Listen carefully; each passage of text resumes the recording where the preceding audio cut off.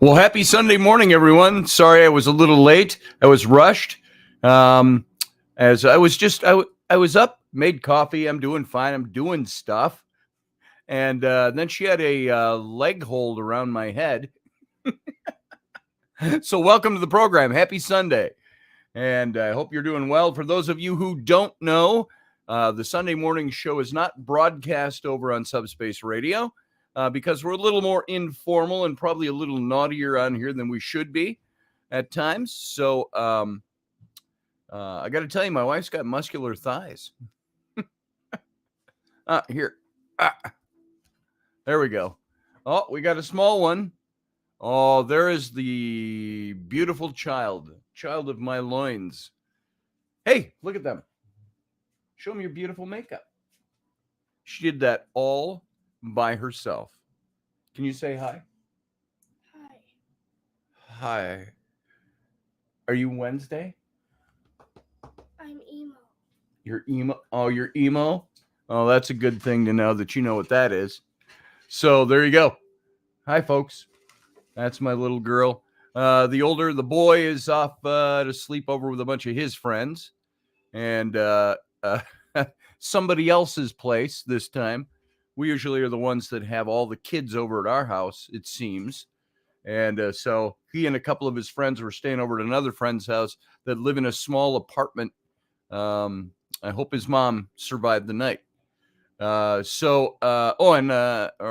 doing the same thing. She's over at a friend's house overnight last night.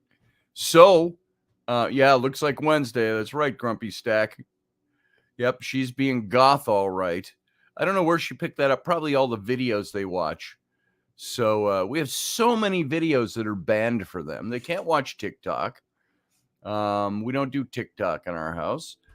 They can't do certain kinds of video on YouTube. So they go over to the kids' YouTube, and they don't always like the kids' YouTube.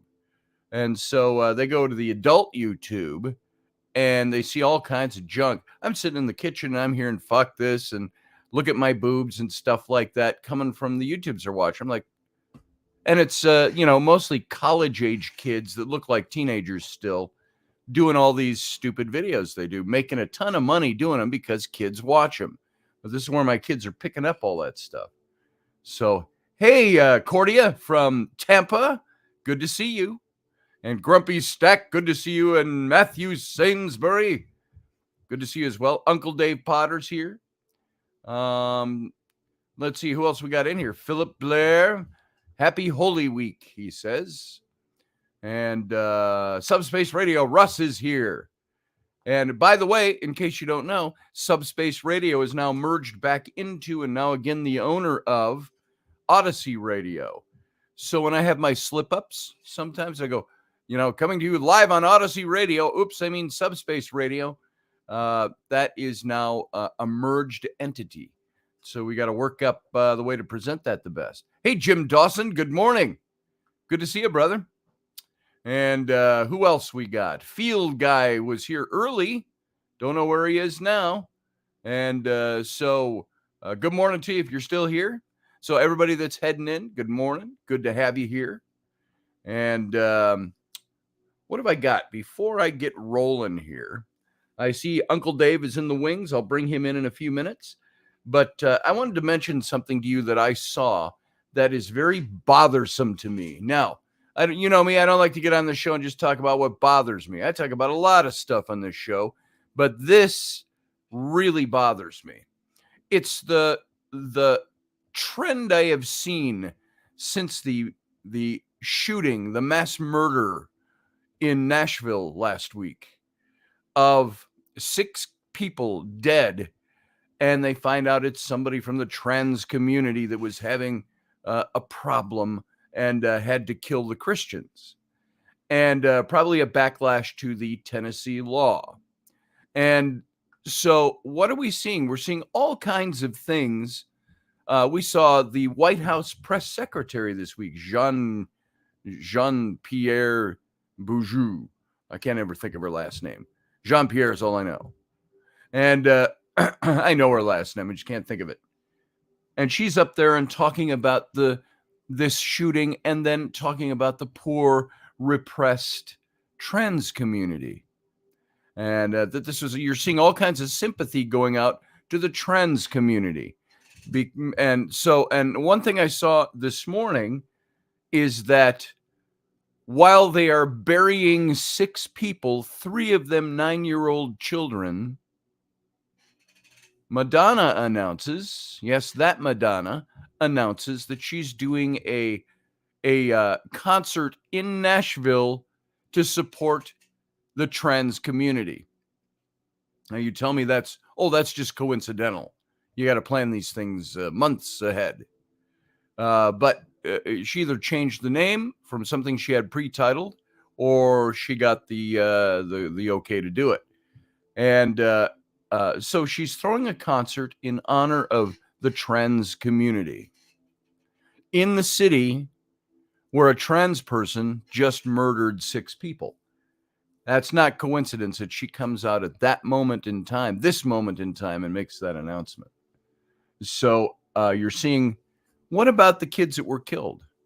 Where is the sympathy for that? Where is the honoring of the 6 kids that were killed? Is she going to honor the 6 people who were killed? The 6 Christians who were killed? People like to make that point. So you got Madonna throwing this concert in honor of trans people. That's how foul our nation has become. The cult of personality types. And this is what the administration is focusing on. Now, the trans community, you can throw a concert for them anytime. You can support them. If that's what somebody wants to be, it's not my deal. It's not my call to tell them they're wrong. And I don't care. It's their lives. They can do what they want. But when you've got the administration, you've got lots of members of at least the militant trans community trying to make this into something, then you got Madonna throwing a concert to honor them. Meanwhile, the people killed by somebody who was trans, have we seen this done for any other community before? Did we see a concert that was in favor of, I'm just pulling this out of my head, a rightist or of right-leaning politics, when a rightist, far right wingnut gunned down kids in school? No, we didn't see that, did we? We didn't see anything that was sympathetic to their cause, to the cause of the killer. So there it is. I wonder what you think about that. You are free to call in. You're free to talk about that. And you're free to make a point if you'd like to. Field Guy says, I could rant on this for an hour.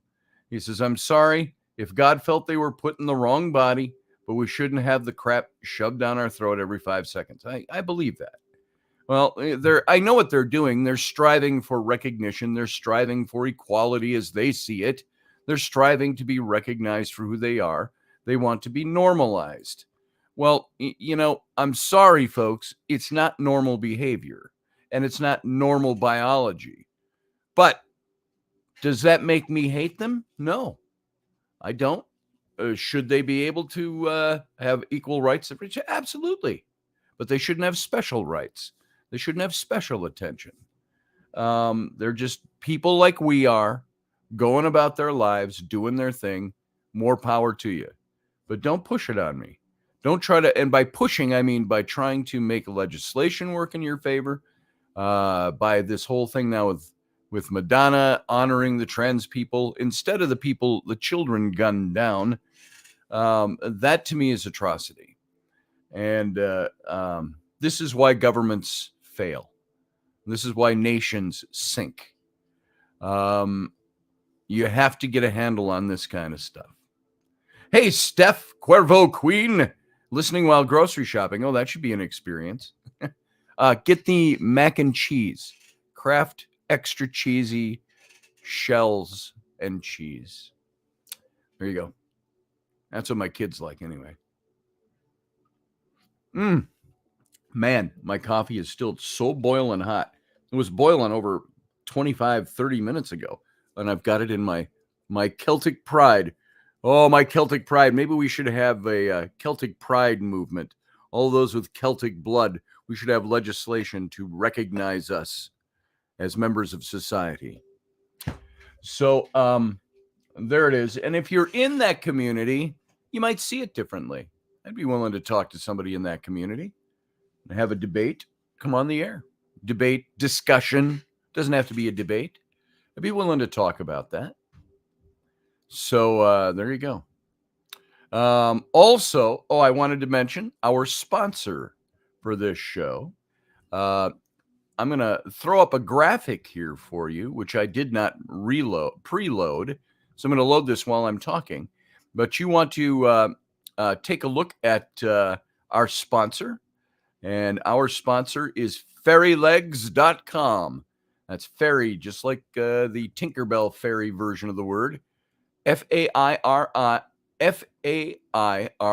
legs. Fairylegs.com. You should go take a look at them. They do leggings for women. And they do, I got to find it now, wherever I put it here. Here it is. They do fairy legs or leggings for women. You know what leggings are. Women know what they are. And guys, we don't wear leggings so much, but guys can wear them too. I know, frankly, I know several people who wear them that are within my daughters who have finfolk. There are people in their community, guys and men and women that wear them. Guys can wear them. I always think of them as, solid black wrestling gear. But here is one of their logos. And let me take my own banner off of there so you can actually see it. Right there. There you go. Fairylegs.com is where you go. That's how they spell it. Fairylegs.com. And also, you can go over to Instagram. If you have an Instagram account, you can see that's probably, from what I looked at, one of the easier ways to see all of their stuff, though their website's pretty easy too. But you can just scroll on one page and see all their leggings. I think they've got almost 100 pair of designed leggings up there that look like the ones you see in this logo. So you can go in there, take a look at them. On Instagram, there is a fairy legs guy out there. We thought he was a guy that liked to show off his hairy legs. But Fairy Legs Shop, S-H-O-P, Fairy Legs Shop at Instagram. And you'll be able to look them up. So go take a look at them. And ladies, especially if you like to wear leggings, either for working out in or for working around the yard or the house or just casual wear, I see women in leggings all the time. So go on over to Fairy Legs Shop at Instagram and fairylegs.com. See what they got. And go ahead and buy some, mention us, and I don't think you get any special discount. But you can say we sent you there. That helps them want to come back and use us as a sponsor.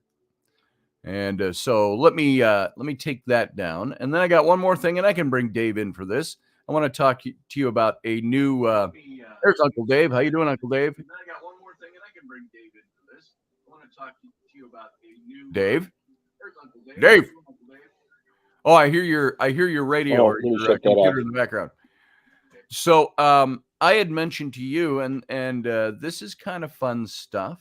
This is something that I am involved with, and I didn't preload these either. But there is a company, our website launches. I'm a third partner in this company with a radio guy and an IT guy. And let's see, we have some of these up in here already. And we're putting together a conservative garment company. Sure, typical T-shirts, hats, all that kind of stuff. The website officially launches on Wednesday. We thought it'd be Friday. We got a couple of big wig IT guys working on this site, and it's political. It's you can gather by the name. The name of the company is Patriot Propaganda, and you can go to patriotpropagandaapparel.com. But there's not much there yet. There's just the framework. They're still beefing it all in, and so none of these products are available to purchase yet. They were at the Trump rally and saw a bunch of Trump's people and other people, and they passed these things around, and it did the response is through the ceiling. We've got Nine Line Apparel, who is a company that it's a patriotic, conservative T-shirt company and other things. They're hauling in $28 million a year doing what they do. And so we're using some of that business model. We've got some very good business people involved in making this go. And let me see what I got here. I'm going to load up one other image for you here so you can see it from my computer. Yes. And well, a few images actually, and you can only load them one at a time on StreamYard. That flummoxes me. What if you got a slideshow to do, and you got to go back, and you got to load and reload and reload and reload? So in Patriot propaganda, I showed you some of these shirts the other day, and so I'm going to load some of these up. And what the idea with this all was to do shirts that appealed to the conservative community, obviously, and to do shirts that are pointedly conservative, pointedly patriotic. And so I was brought on as a third partner because I said, look, we can do all the business stuff, but we don't know how to do any kind of artwork. So I got called in for that. And I was made a third partner in this company for that because of my effort to put all this stuff together. And we think and hope and knock on wood that it's going to do very well. And it could be, if all goes well, it could be a nice turning point in things. But let's see if I can get these all up for you to take a look at. I'm going to make sure I've got them all in here. And then we've got, I've got a couple more. I'm going to keep loading these up. Here, I'll throw one up while I keep loading some. Let's go to, I'm going to throw up the logo first so you can see this. If this all sounds like a big, fat, juicy ad, it is. But it's my ad. It's for my stuff. So let's see. The fairy legs are cool. Yeah, the fairy legs are cool. Have you seen it yet, Dave? Yeah, I've been up to the site a couple of times. I've been pushing them on my own Facebook page for some time. Outstanding. Here, I'll tell you this too. I'm going to load up another thing too. I'm loading up a bunch of images, guys, so I can show these to you. So if you're not at your computer, get to your computer. This is some of the stuff that's been taking up a heck of a lot of my time over the last month, trying to get these things all put together. And let's see, where else do I have to pull stuff from here? Yeah, I stumbled onto the fairy legs. I was doing research for a painting I'm working on, a fantasy piece, and I was looking for fairy imagery and came across fairy legs. And very cool. Very, very cool. Right on. That's good to know. Let them know. Go over there and if you buy any fairy legs, maybe take a picture of yourself and put them up and say where you heard about it. Yeah, I probably won't be wearing them. But you won't be wearing them yet. Only in the privacy of his home. Okay, there's our logo. That's Patriot. Most of my tights are solid colors. Apparel. What's that? Most of the hose and tights I wear for festival and stuff like that are solid colors. Yeah. Yeah, there's different places. And velvet. These don't come in velvet, I don't think. I did have some lace ones when I was younger. Yes. Because, I played a Frenchman. A man can't have enough laced hose in his closet, right? Yeah. Oh, that's the visitors section of my closet. Coffee is still hot in my Two Loons tumbler. Wow, we're just full of promotion this morning, aren't we? So there. That's a cool logo. Did you do that logo? I did. I love that logo. That logo. Thank you. And let's see.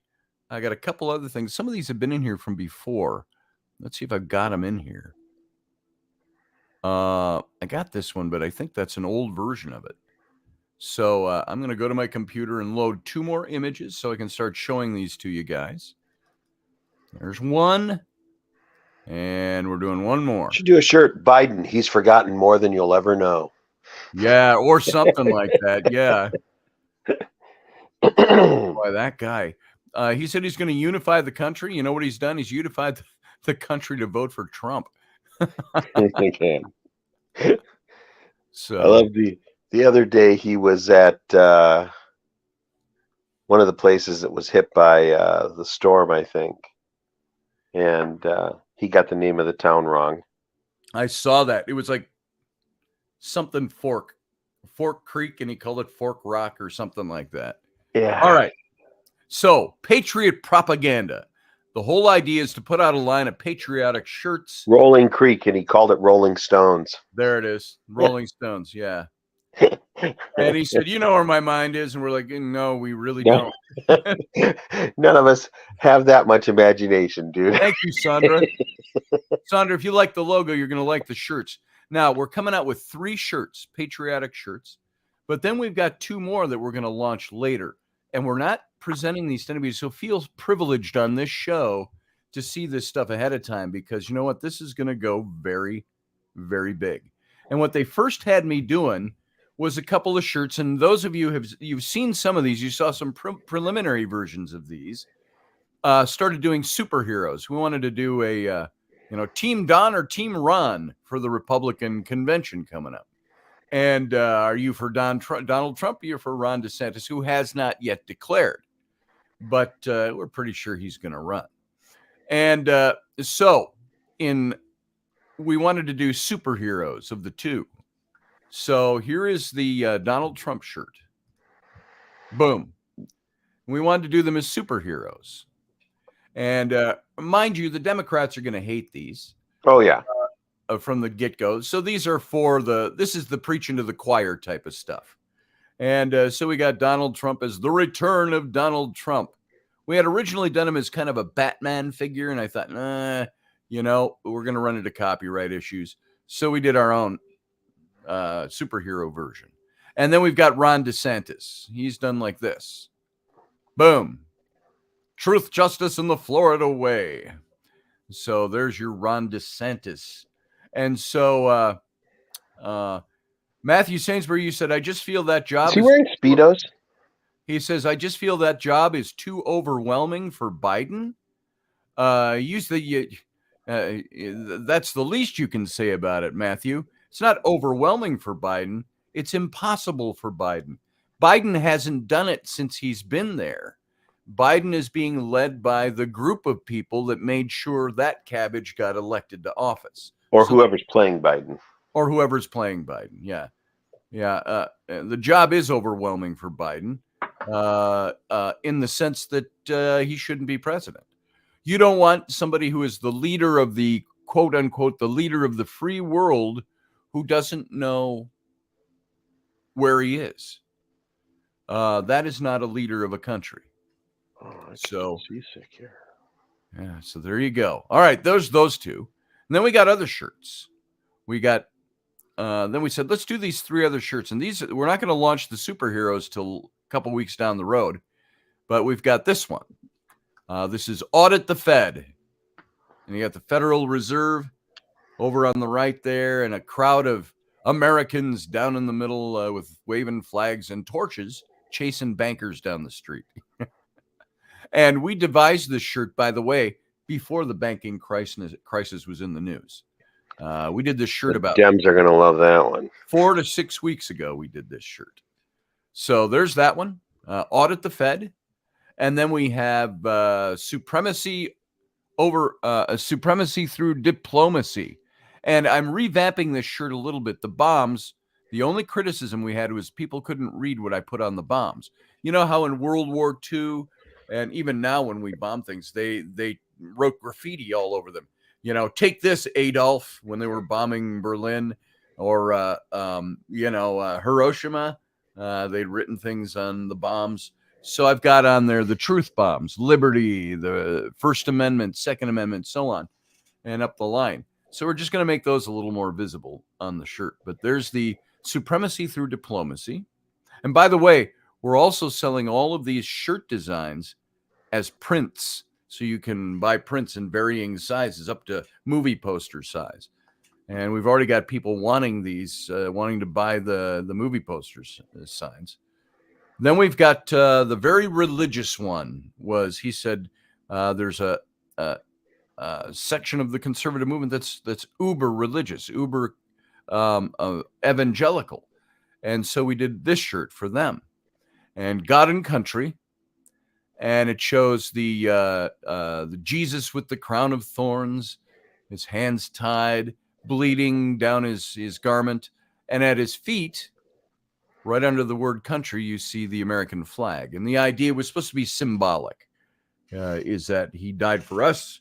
The country was founded on basically Christian principles, godly principles, and that if you're for God and country, this is the symbolism of the shirt. But now we've got an affiliate. Now, this shirt has not been approved by the affiliate yet, but it's our shirt that we're doing for him. It's a guy that, and so you're getting a preview of this before anybody else is. And this is one I just finished yesterday. And he wanted, the way he put it to me, he said, I'd like to see a shirt that has Jesus on it and maybe a cornerstone, the cracked foundation of our country, which was founded on God. And I'd like to see, repairing the cornerstone, something with Jesus in it. And he said, and he was along my thinking. He says, I don't see Jesus as the skinny, little, scrawny, limp-wristed guy. But remember, for 30 years of his life, he was a carpenter and a stonemason. He was probably brawny in the sense that he might not have been over-muscled. But I also don't think he was one of those contractors who did his contract where he went home and drank beer all night. That's probably not the type Jesus was. But so he said, make him kind of muscular, sinewy, but not muscle bound. And I said, you're thinking the way I'm thinking. So I devised this highly symbolic shirt. Here we go. I just finished this one yesterday. It's called Fix the Foundation. And this is Jesus, of course. I've got him dressed like a modern day carpenter or stonemason. He's got jeans and boots on. I do show up on his rib cage on the left, as you're looking at it, is the scar from the wound, and in his wrists you see the nail holes. He's holding the cross beam of the cross. Fix the foundation. And down underneath him, you got the foundation and the Christian fish, which goes back to the first century, guys. It's not a modern thing. And you got the bucket of mortar, concrete down here with the trowel in it to repair the cracked foundation. The American flag is there. And then we've got this verse from the Old Testament that says, if my people who are called by my name will humble themselves and pray and seek my face and turn from their wicked ways, then will I hear from heaven and will forgive their sin and will heal their land.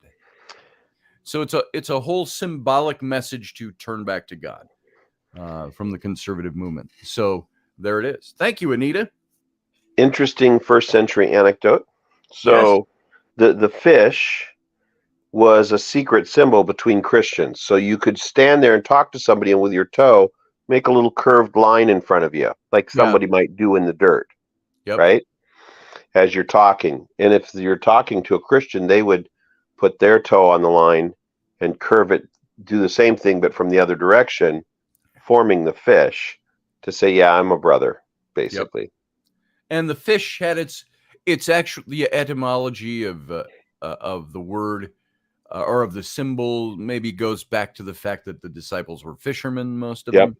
And Peter, the big fisherman, and all of that. So, but especially in Roman times and stuff, it allowed them to identify each other without being overt about it. Yes. And if somebody saw somebody draw an arc in the dirt with their toe, they'd think nothing of it. Right. It wasn't something like crossing your chest or doing something like that. Right. So there you go. There's the stuff we're putting out. As soon as this website launches, I will be announcing it on the radio show, of course. And how do I take this off of here? There it is. Boom. And that is going to be our big effort. While it may cost you $30 to get a nice shirt, or 60 or 90 or 120 or 150 if you buy them all. Goes to a good cause. It If lines you your buy pockets. it goes to a good cause. Me and my partners. It does go to a good cause. We produce more of this, but I'm going to tell you something. We're conservative, and we don't have to phony it up and say, this is all for this cause and we're going to donate. No, this is because we're capitalists. We want to find a way to make a living, and we found something we believe in to do it with, all the better. So that's the neat thing about it. We're there to make money off of it. I would love nothing more than to, at the end of the year, say I'm building a new house based on Patriot propaganda apparel. There's nothing wrong with that. But mind you, we are also not blind, mindless disbelievers in what we're doing. We're not just doing junk stuff. We're doing stuff that we believe in.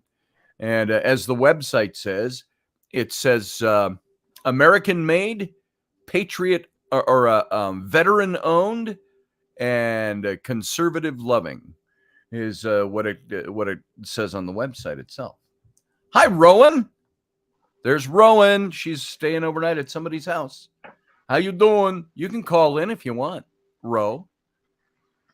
Call in the show. Here's the you can click on this link. I don't know. Hi, Rowan. I don't know if you can get to it easily from your phone or not. Boom. I'm putting it in the chat room. There's the link if anybody wants to call in and share in the morning's festivities. The morning's festooned festivities. And let me put my banner back up. Boom. There's the banner. And let's put up the scroll bar. Boom. There's the scroll bar. And so, Ro, you can call in if you want. Yeah, call in and show us how crazy exhausted you are from not sleeping last night. They aren't. They'll be wired.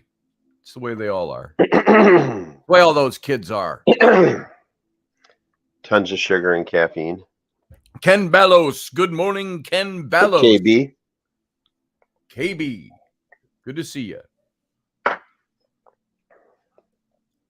So, KB, I don't know if you'll like this or not. I know you'll like this. I don't know if you saw this or not. I'm going to put that shirt up again.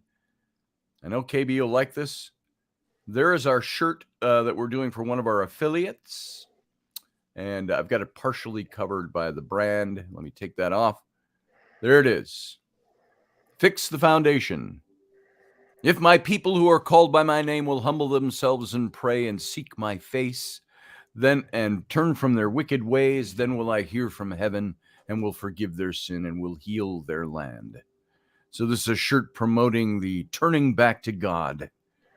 And so there you go. That's for one of our affiliates with the new company we put together. And so... Well, you know how to push buttons. We try. So, yeah. Okay, give me a sec. I got to do something. I got to fix something. Probably your face and her hair. Put some clothes on. Yeah, really. You're going to be on camera. Oh, there's Kenny. Let's bring him in. If I can get at him. There he is. Add to stream. Ken Ballos. How you doing, sir? Say, happy Sunday morning. Can't talk much, but I'm going to watch the show, kick back, and enjoy it. Glad to see you guys. Good to see you, KB. Glad to see you, KB. And are you going to be doing starting tomorrow morning again? Are you going to be around? Okay, so morning coffee with KB. Morning at coffee. 8 a.m. Central, 9 a.m. Eastern. You got to go to KB's Facebook channel because he broadcasts it on Facebook live stream. So go find Ken KB Ballos, Ballos, if you're not a friend of his already. And, don't be afeard. Don't be afeard to come in. You don't be afeard to befriend Ken. That's right. Scotty, I tell you, we talk about anything. Paranormal, politics, the three-letter word sex. If I don't know nothing about it, you're not the only one that can fake it. If I don't know nothing about it, I just ask Uncle Dave. That's right. And like I said, guys, talk about anything. As long as you don't threaten, kill, dismember, or harm anybody. You have a right as an American citizen to speak your mind.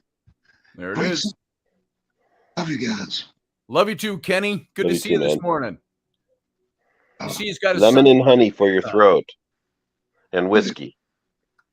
Whiskey, cigarettes, and whiskey, and wild, wild women. So, there you go, Kenny. Good to see you. Cheers. Coffee time. I'm getting ready for my third cup this morning. All right. Good to see Kenny. KB Ballos coming in the show this morning. Carlene Smith says, did you guys hear how much Biden is going to charge taxpayers for his trip to Ireland? What's he doing in Ireland? I mean, are we securing them as a new ally or something? I thought he's got to go to the Blarney Stone and reload himself. There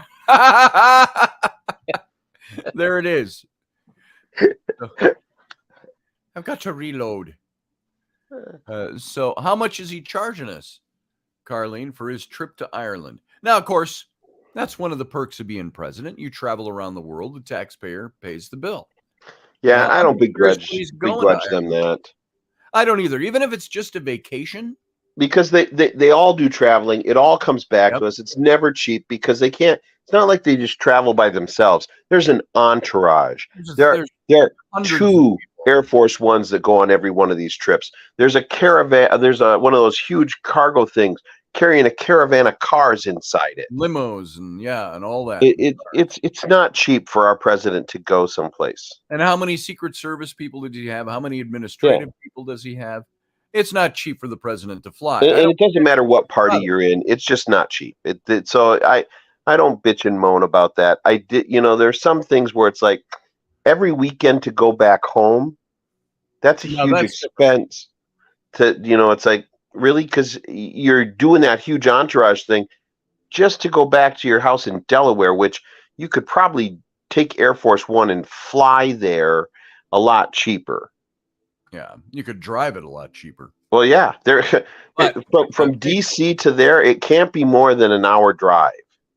I don't know if Hunter's going or not. That's the thing about this administration. Their optics, they don't really care about the optics. Yeah. Of any of that. So, Rowan, my phone don't work. Where'd you learn English? My phone don't work? Doesn't. My phone does not. Doesn't. You don't say my phone do not work. Therefore, you get the contraction don't. No, you say my phone does not work. The contraction doesn't. Okay. So my phone don't work. You should get me a new one, says Rowan. Oh, she's on that kick again. See Uncle Dave. Yeah, see when in doubt, see Uncle Dave. Can I get a new phone? Mine doesn't work. As soon as Mom and Dad get new phones, you guys are next on the list. You guys just got new phones. I don't understand. I've had the same phone for I don't know how many years. You got to go along with it, Dave. So, yeah, we got new phones a few months ago. Oh, we sent them all back, though. Remember that? So this is we hit up Verizon. We got on Verizon. We were with Verizon for a week, and it was supposed to be like for all 5 phones for my whole family. It was supposed to be a bill of, I think, around $125. That was why the deal. That's why we did it. And we were supposed to get the free phones with it. Free, not pay for the phones, free phones. And that's why Rainey signed us up. She went through the whole deal, talked to somebody. I have no idea what that was. Something fell off my desk. And so we got the phones, and we started hooking them all up. They were great phones. The cameras on them. The only reason I get a new phone anymore is to make sure it works well and that the camera is top notch. I want a really sharp focus on my camera. And so about a week and a half in, we get the first bill. And the first bill is like $450. And I said, why are we getting charged $450? I said, I think there's a mistake here. It's supposed to be 123 or something like that, whatever it was. Oh, well, on the first bill, you got to pay. I said, we asked you all those questions. We already paid. We had to pay $175 down it was to start the whole thing. I said, we already paid that.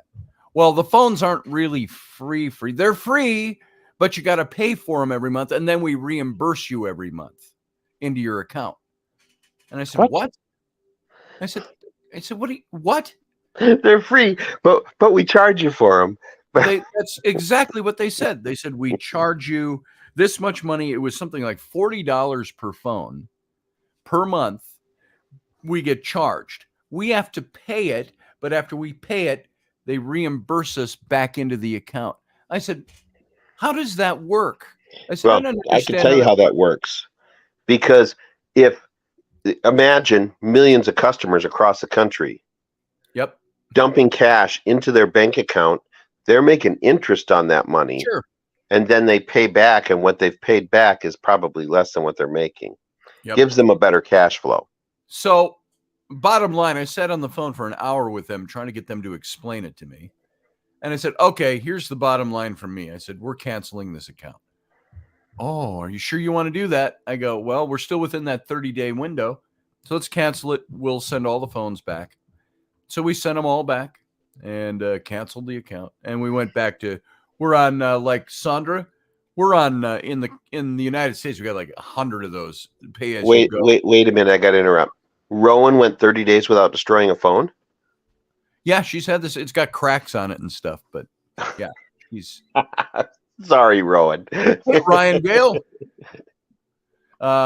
Did she say that in there? That she went a whole month? No, you just said that you were inside the 30-day window. And you Field guy said, "How did you break it?" And she says, "Can I get an iPhone 14?" Yeah, after your dad gets an iPhone 14. Man, so I've got a Samsung 53A53 or something like that, and it's fine. No,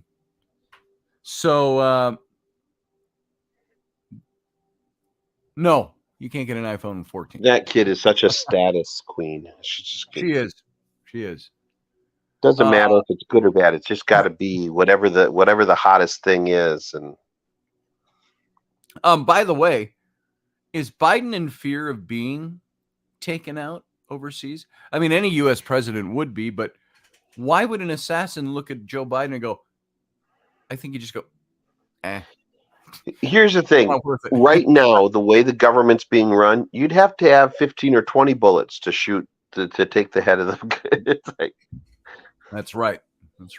Because the cabal is running things. That's right. It's not Joe Biden, folks. And we don't even know who is in the cabal. Yeah, we don't. I'm pretty sure Obama's in there. Behind the scenes. Oh, did you hear Jean-Pierre a couple of days ago doing a White House a press meeting? I watched the video. And she goes, she says something like, I don't remember what the issue was. Well, we've been talking about this, and President Obama says that we should do this. And she goes, whoa. She goes, oops, President Biden. And she goes, I don't know how I did that. Because he's probably calling some of the shots. She called him President Obama. He's on camera saying, I'd run for a third term if I could sit in the background, have somebody else out front taking all the heat, and just make the decisions. Yeah. So, and Joe Biden himself slipped and called him President Obama too. Well, he is still. That's not a slip. Technically, that's the honorific for anyone who's held the office forever. President Carter is still alive. President Bush is still alive.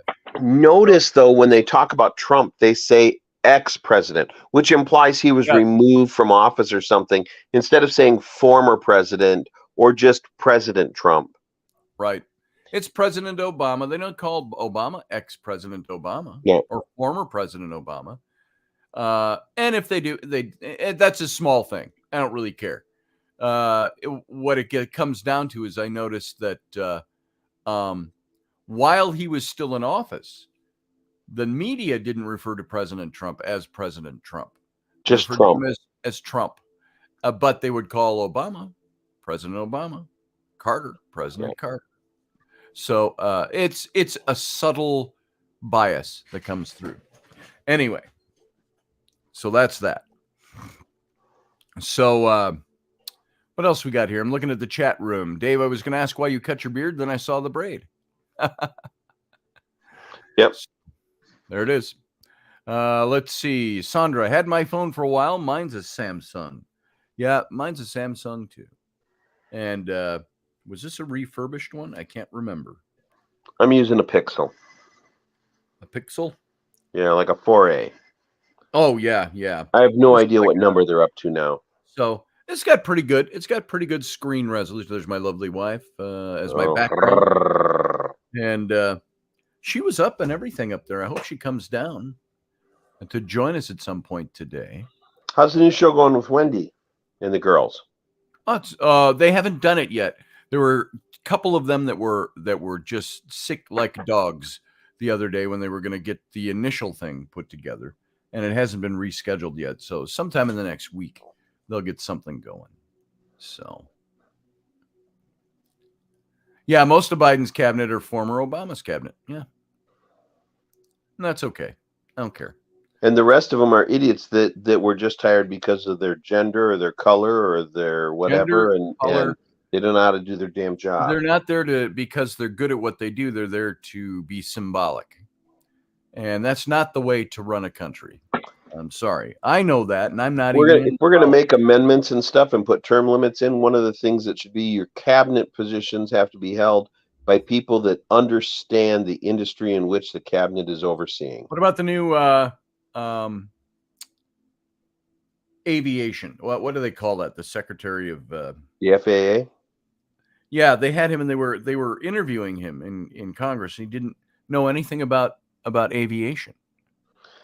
And and how can you be in charge of something like that, or the schools, or whatever your cabinet position is, and not have a background in that? If you're going to be the head education person, you should have an education degree. You should have a background. Yes. Maybe you ran a university or something. You should have some backing in that. That's right. Grumpy Stack says the women who are sick like dogs are still making PB&J sandwiches. That's it. True. And Rainey and Wendy making me peanut butter and jelly sandwiches. Wendy, if you're out there, you should come in. Ryan Gale says, what do you think of this new room they discovered in the Giza Pyramid? I don't know much about it yet. I haven't either. I heard that they found one, but that's all I've heard. That's all I know so far, that there's a new room.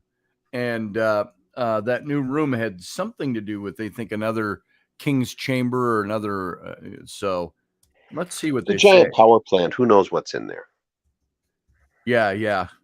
All the old I don't think that it's a burial chamber at all. I don't think the pyramids were built for that. That's right. And now, if this is the room that's the big long, the 9-meter long chamber, I've seen something about that. It's empty, and it runs for 9 meters, which is roughly what? Roughly 26 to 30 feet. Something like that. That's big, though. And for it to be huge. It was it Zawas that said that it's just a construction void. That happens sometimes. 30 feet long, a void like that. Here, let me show you this. I'm going to share my screen with you because there's a picture on this article. You tell me this is just a construction gap. Let's see. The whole pyramid would have a huge dent in it from internal collapse. You can't have a void that big. Any engineer or architect will tell you that. There's the chamber looking to the end. Now, is that a construction gap? Now, maybe it is. You don't know for sure, but it's by design. It's not some accidental void. It's by design. That's right. Which means there's something going on there that we're not hearing about. So what does he say here? Egypt unveiled the discovery of a long corridor inside the Great Pyramid of Giza on Thursday, first to be found on the structure's north side. And the corridor, which measures 9 meters of nearly 30 feet by 2 meters, more than 6 feet, is perched above the famous structure's main entrance and was detected using a scan, authorities said. The function of the chamber is certainly currently unknown, although such corridors often lead to further archaeological discoveries. And Egyptian archaeologist Zahi Hawass and the country's minister for tourism, Ahmed Issa, announced the discovery at the pyramid's base. And the chamber was discovered by the Scan Pyramids Project, an international program that uses scans to look at unexplored sections of the ancient structure. And the pyramid, about 11 miles from Cairo's center, is also, it takes you an hour to get there though, is also known as Khufu's Pyramid, for its builder, a 4th dynasty pharaoh who reigned from 2509 to 2483 BCE. And the ancient structure is at least the last surviving wonder of the ancient world, captivating visitors. It was there before Khufu. I don't know how they managed to. I'm pretty sure it was there long before Khufu. So same with the Sphinx. Yeah. So let us unshare our screen. I saw some guy, and that's what I know, Ryan. It's just that kills me.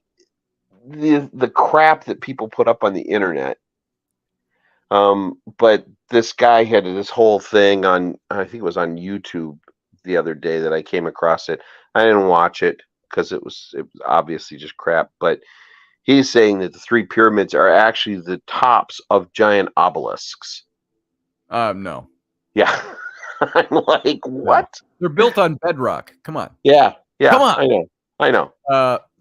But it's like, he's got this artist description, drawing of what's under the sand with these giant hieroglyph covered spurious speculation based on not knowing anything about the terrain there or what's. Oh yeah.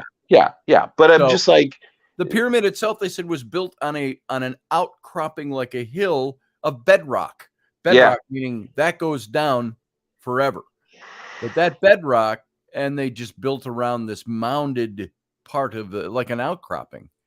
Elvis says peanut butter, banana, bacon sandwiches, and prescription medications. Thank you very much. Now, Elvis, I just want to know: do you throw the gel cap? You just got a bunch of like sprinkles of gel caps in your peanut butter, or do you crack them open and sprinkle it out in powder form? Depends on if you want crunchy or creamy peanut butter. Yeah, there it is, crunchy or creamy. So I'm all for crunchy peanut butter. My wife doesn't like crunchy, so we never get any. I'm not allowed to grocery shop. I'm really not. Which I don't understand, but next year for Christmas, I will send you like your own jars of peanut butter and really high-end jelly, and you're not allowed to share it with the kids or anyone. That's right.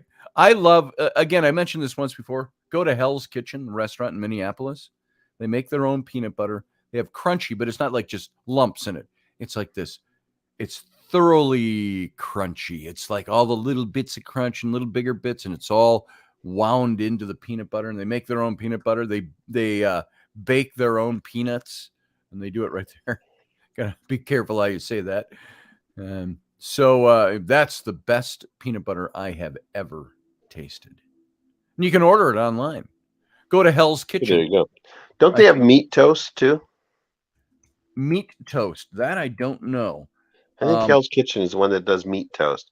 And I'm not sure what that is because I've never had it, but my brain assumes that they literally grind up like sausage in with the thing and bake it in the bread so that when you're toasting it, you're getting these toasted sausage, and I don't know. I've never had it, but meat toast, yeah. Either that or they're making toast out of like meatloaf. Yeah, or something like that. That's not unheard of.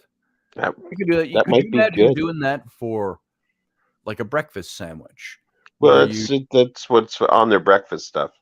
Here it is, Hell's Kitchen. Maybe it's kind of like Scrapple. You can just go to, why does DoorDash own? I'm looking for Hell's Kitchen, their website, and the first thing to come up is DoorDash. So blurry? Trying to find their actual Hell's Kitchen Minneapolis. There it is. Hell's Kitchen. I'm still here, but I'm going to clean my lens, so I'm going to just take my camera off for a minute. It's hellskitcheninc.com.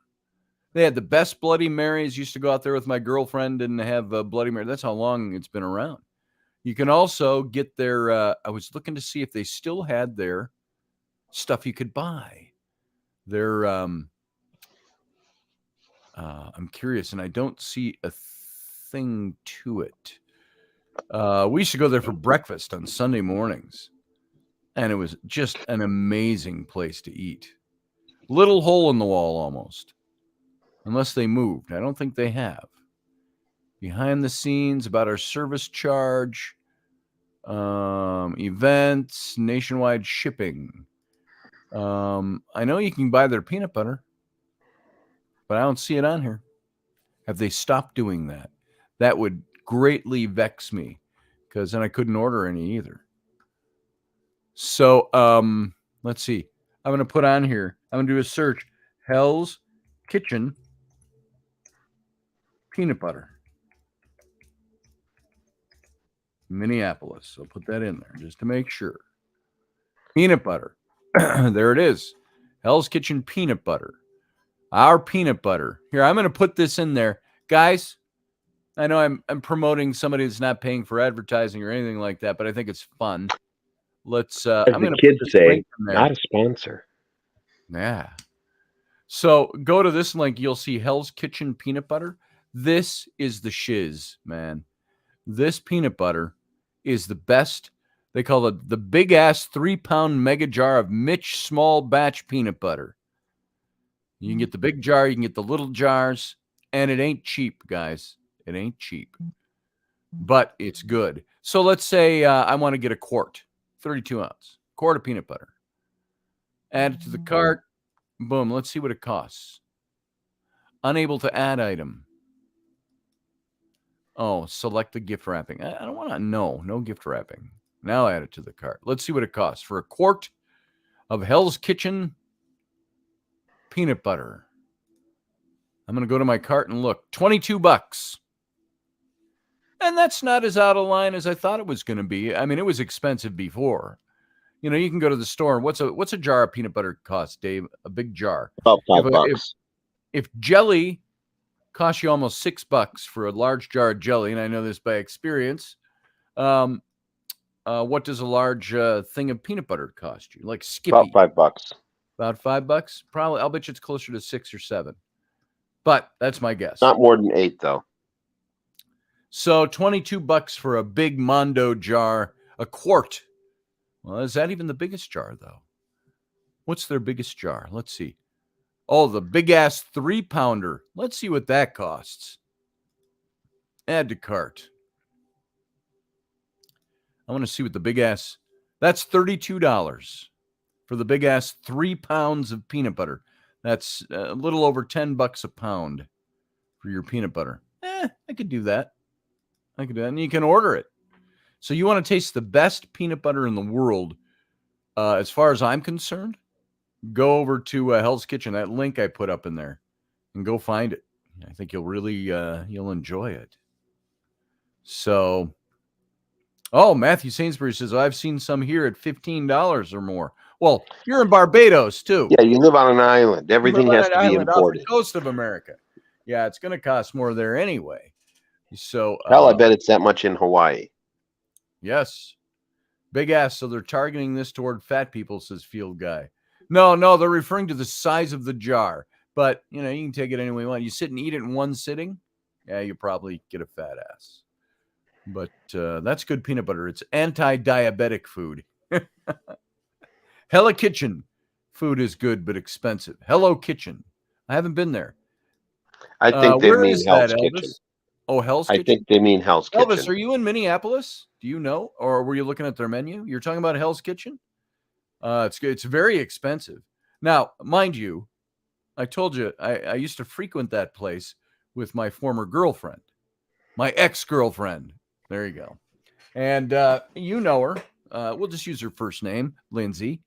And Lindsay was used to finer things in life. And I was a poor, starving artist trying to make ends meet. We're talking, when did we start dating? We started dating in 2001. Was she a cake eater? Yeah. Her dad was a banker. All that stuff. Yeah. High up, muckety muck. Like Chris Wells' dad, yeah. Big house in Minnetonka kind of thing. You know. Oh, yeah. But, oh, no, they were in a former big house. They were in one of the condominium buildings on Loring Green. Loring, the off of, if you go all the way up to the south end. I totally understand, Scotty. Nicollet Mall, you go past Brits Pub, past there going south, and you turn into the green in there, and that's where they're one of those big buildings in there. But all that aside. And their bouncers let you in to pick her up? Yeah, yes, they did. Her parents didn't like me. That's because that's no wonder.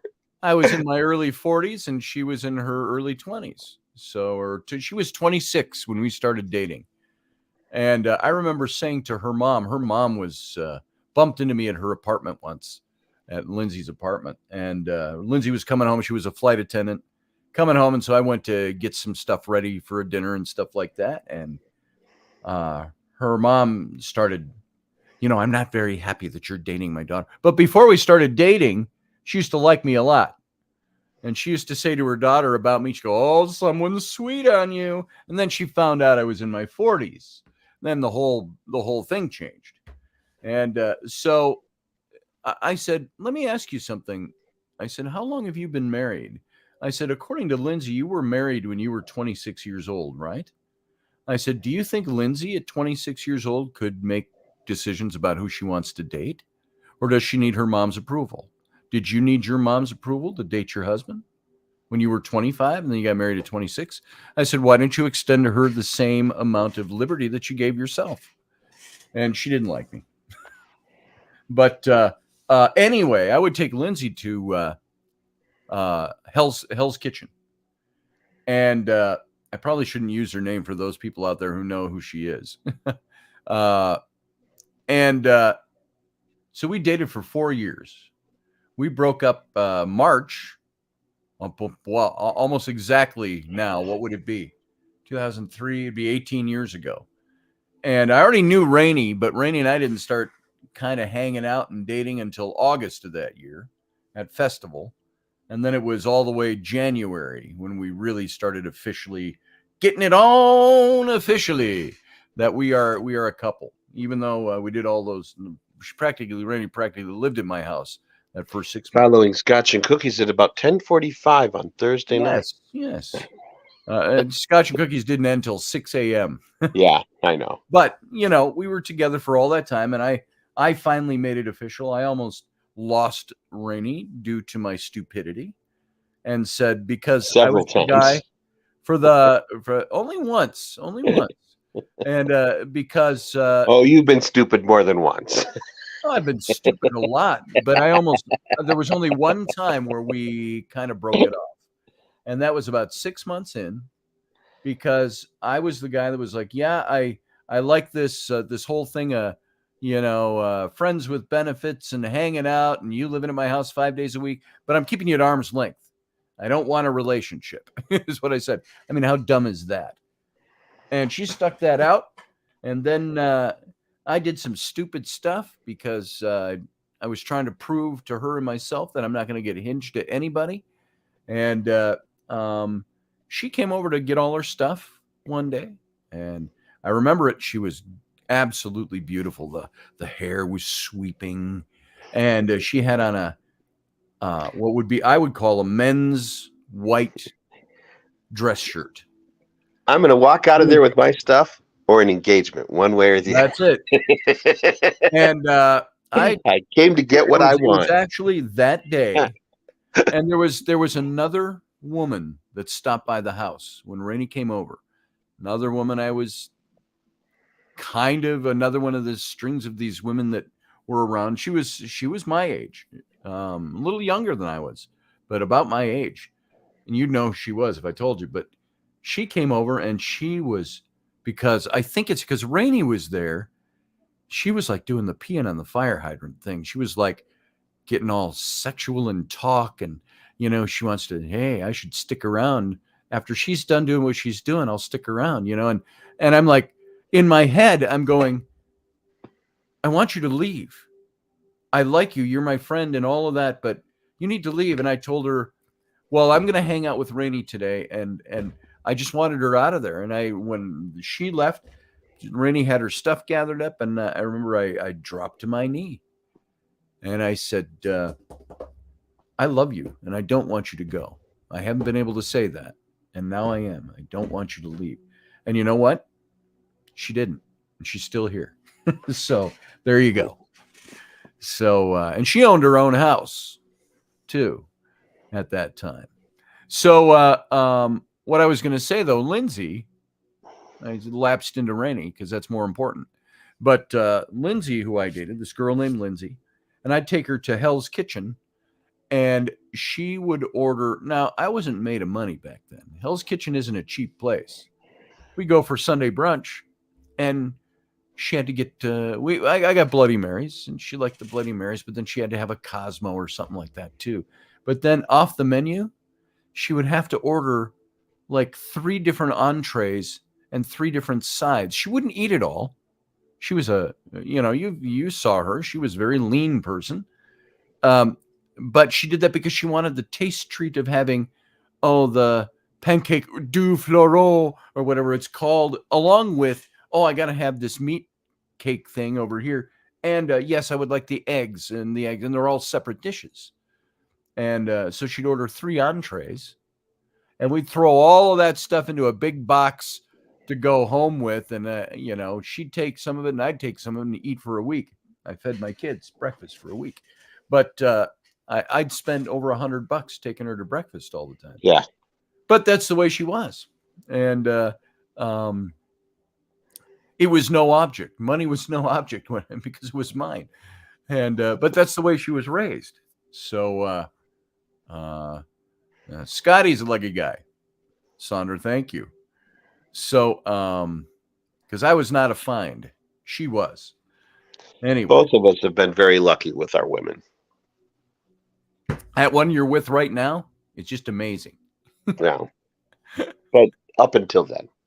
Up until she divorced you, fleeced you, didn't let you see the kids anymore. You were a lucky guy. Yeah. Oh, is that painful? I'm sorry. It's okay. I'm used to the dagger being there. Something painful for me. I use that dagger to scratch my shoulder blade every once in a while. That's right. Yeah, a little to the left. So, Hook Lindsay. No, but I mean, we've been lucky in that we've always dated beautiful women, and Lindsay was a beautiful woman. She was all right, and batshit crazy as they have been, dude. Batshit crazy. Well, no, she wasn't super crazy. She was just super weird and particular, and oh my god, just let's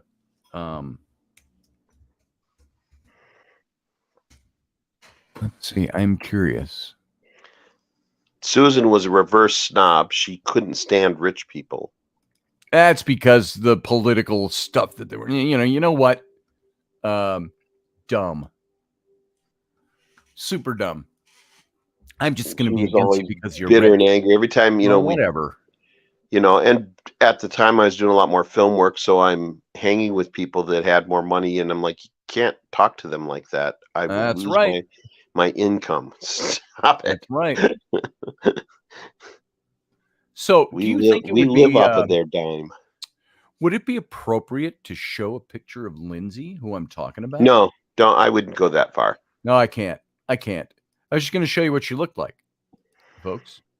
I don't think. Yeah, I could get in trouble for that. Not real trouble, but somebody would want to say something, I'm sure.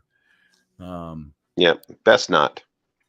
So I was just going to show you in this picture. When was this taken? We were trying to get Sterling Renaissance Fair up and running. It's when you were doing the King and Queen thing, right? So you were 2000. It's a picture of her. She's in the black Sterling Ren Fair t-shirt, and she's holding my sword. Oh. Took 2 hands. I thought you were talking about the one where you're both in costume at the... No, I've got the costumed ones, yeah. I put them up on my Facebook. I've said, this is when I was the king at this thing, and that's my former girlfriend, Lindsay. So, look, but I've spoken ill of her this morning to some extent, so probably not good to put her picture with it. Nope. Good morning, Scott Allen. Elvis says, hot but crazy. Oh, so Elvis, you must know who is Elvis from here? I think Elvis is. He must be. If he knows who Lindsay is, hot but crazy. Unless he was just making a general observation. He says, hook Lindsay up with Field Guy. Sadly, she's married, Field Guy. So now she got married a few years ago. How old is she now? She'd be about Rainey's age, I think. Because she was 16 years younger than me. Rainey's 19 plus years younger than me. So she's 3 years older than Rainey. And people freaked out because Susan was 14 years younger than me. I know. Well, you Nothing. were 20. You were 29. So no, I'm kidding. I was about 29 when we started dating. Well, she wasn't 18 yet, or was she? She was. Well, she wasn't 18 on the night that I met her, but Yeah. by the time we actually started dating, she was 18. But I met her in a bar. I met her in a bar, and I'm still like, what the hell were you doing in Kieran's at 17? Yeah. At 10:30 or 11 o'clock at night. Yeah. Yeah. So yeah, she was fair to me to assume just, that she was 21 when I met her. So she was probably just. I remember when we did the regiment out at the ranch, which would have been 1998, and she was out there. Here, I'm Susan curious. or Lindsay? Susan. Yeah. Was out there. Here, I got something to show. Here's where I can safely show who she is. I'm gonna save this as a PDF, of course. PDF. We'll put it out here. She and I played the King and Queen at the very small, now defunct, it was very small Renaissance Festival. Dave, were you out there? I don't see you in this picture. Were you ever out there? Rosenthorn? Nope. Never got to Rosenthorn. All right. Can't remember. I had an obligation that weekend, or what was it, 3 weekend show? 3 or 4 weekends. Yeah, but I had something else going on and couldn't get those dates off, or was out of town or something. Here you go. This is a picture of the royal court for the Rosenthorn Fair. I was the king, and Lindsay was the queen. And what time of year did that happen? Was that a spring show? That was it was early summer. It was June, I think. And this was the year 2003. Oh, so I was married. 20 years ago. I was married. Here it is. There's a lot of shows I didn't do during that period. So that's the royal court cast for the Rosenthorn Renaissance Festival. You can see me in the red in the middle. I'm the king. Who's your herald? Who was my herald? Eric Nelson. Johnny? Oh, no. That's Ryan Gale is in this picture. Oh, Ryan. There's Ryan Gale from the chat room. He's on the far wearing left. John's tabard. Yep. He's on my he's my royal herald. You'll recognize a lot of faces from the festival here. We got Eric Nelson is just to my left. He was dating the girl in front of him. The girl in front of him, I can't remember, Ashley. We Ashley. got Mark next to him. I can't remember his last name. We got Lori Dahlstrom in the dark green dress with the gold sleeves. I don't know who that is behind her. That's a woman back there, but I'm not sure who that is. And I can't remember this guy's name either next to Ryan. Then you go the other direction. You had Lindsay is in that russety colored dress. It was a dress made for her. She was my queen.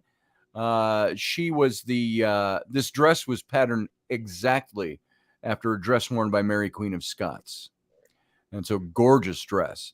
Now, in between her and me, I can't remember her name, but she was Cottrell, I think.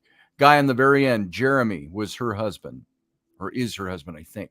But she played the Fairy Queen, and Oberon here was, and I cannot remember his name for the life of me. He passed away. I can't either, but he did both shows. He passed away a few years ago, but he played Fairy Queen. I didn't know that. Yeah, he did. And several years ago, 10 years ago or more. And then one of their guys with them down on his knees there. But so he and she played his queen, the woman between Lindsay and I. And you can see that was the extent of our sets right there. That board wall, that was the front gate of the festival. But we had the tents up and all of that stuff. So it was pretty cool. So, yeah, there we all are. And that was my former girlfriend, Lindsay, the blonde in the russety colored dress. So even though I spoke ill of her, I didn't speak ill of her. I just, so Anyway. She had her quirks. Nothing wrong with that. And nothing you said was untrue. That's true. She was just quirky. And so just the reality of life. Yeah. So well, I've also been called batshit crazy, says Steph. I know. Oh, wait, it goes on. And told by the same person that makes me an incredible lover. And told by the same person that makes me an incredible lover. So the person that calls her batshit crazy also says that she also says you're an incredible lover. That's what makes batshit crazy work. Yeah. And what do they say? The more hot you are, the more is the propensity to be batshit crazy. On the scale. On the scale. Yeah. It's not hard fast. It's on the scale. I'd leave the lights on, said Elvis. Oh yeah, you got to see the lights on. You got to see hot. I don't like doing sexy time stuff in the dark. I want to see things. So, Susan, back in the ringlet days, when I first met her, she had all her hair in little ringlets and stuff. Oh yeah. Yeah. Roger Rabbit, you're right. Hot to crazy ratio theory might hold some water. I think it does. It does. But I remember Susan. I do remember, and this is naughty to say, but it's okay. I think I've told you this before. We were doing the regiment down in the crater down on my ranch, and I was there. We got up on. I know. I'm telling you, this is the event I'm talking about. We had a big crater down there that was a dugout hole, but it was all grown over with sage and long grass and stuff like that. And we pitched our tents up there, and I went up in the morning to the house. That's not a euphemism. Coffee, and Susan came up. And Susan was wearing a light blue T-shirt, and she had all that. She was one of those that had blonde hair and long, but the messier it was, the more sexy it was. She was like one of those. And she came up to use the bathroom at the house, and we stood in the kitchen talking for a minute. And but she wore that T-shirt. She was like 18 years old, and she had nothing on underneath the T-shirt. And it was like kapow, kapow, and zing zing. And it's like it was chilly. It was chilly out. And I'm like, well, if that'd been me now, I'm much more comfortable saying that. I'd go like, wow, can I just stare at that for a second and get it out of the way so we can move that up? Now we can talk. But that was Susie, and she was a hot little number. So there you go. Yep. She pitched my tent, said Field Guy. Yeah, I was married at the time, so to my ex-wife. So boobage, Steph, you know it. What is it, guys? We just love boobs. We love them. Well, and as I recall, that was an interesting weekend because Annette was there. Yes. And who like to run around naked. And Tim Matthews was there with Rhonda. His redhead with I can't think of her name. Rhonda.